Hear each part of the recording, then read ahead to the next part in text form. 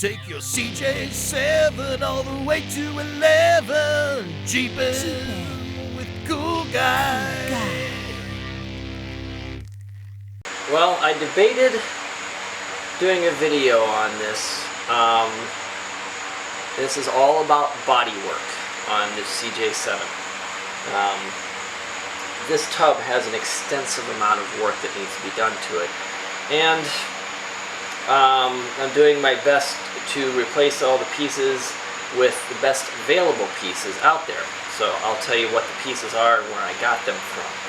But to give you an idea of the extent of what I'm going through, I'm replaced all the floorboards front and back, the outer support post or beam that connects to the body mount and the middle of the section of that.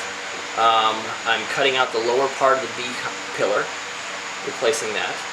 I'm replacing the entire back floor because that's rotted out, and then I'm replacing the sheet metal on the front part of the back wheel wells, and then I'm doing various patch pieces around the area.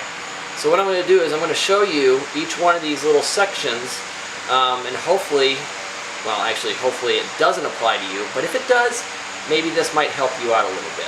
This is another really common area for these Jeeps to rust out in, basically because there's this open area behind the A-column where water can get into, and also underneath the seam for the A-column where it connects to the floor pan.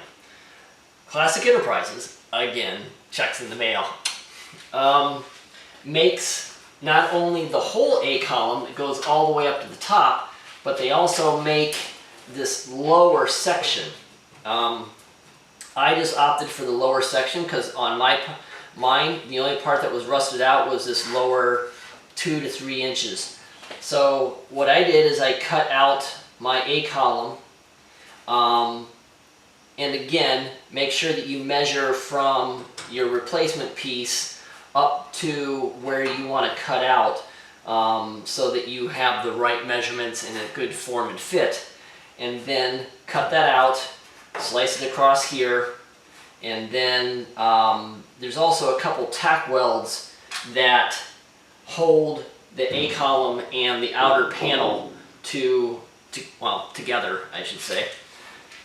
There's also a few spot welds that holds the A-column to the floor pan, and I guess that's pretty much about it as far as the actual spot welds go.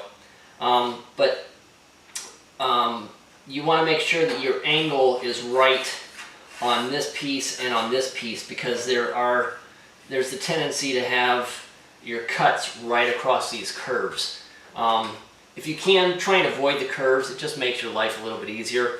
Mine was a little bit easier because I needed to cut it out because the panel behind the A-column was rusted fairly well. So once you get your A-column cut out and you've got the measurements and everything right, and you've cut your replacement piece to fit into that, you've got everything ground down and nice and formed and so on, then drill a couple holes in your A-column, and then you can plug weld that right into the panel, the outer panel, and then also, depending on what you want to do, it's a little difficult to plug weld from the top down if you want to grind out your welds.